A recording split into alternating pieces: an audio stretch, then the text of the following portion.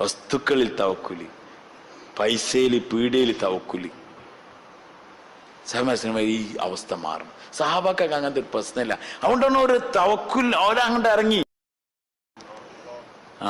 അങ്ങോട്ട് വിടണമെങ്കിൽ ആരിൽ തവക്കുലുണ്ടാണോ? പീഡയിൽ സ്റ്റിക്കർ ഒട്ടിച്ചിട്ട് കാര്യമില്ല. ബാങ്ക് കൊടുത്താൽ നിസ്കരിച്ചാൽ പോകാൻ കഴിയൂല.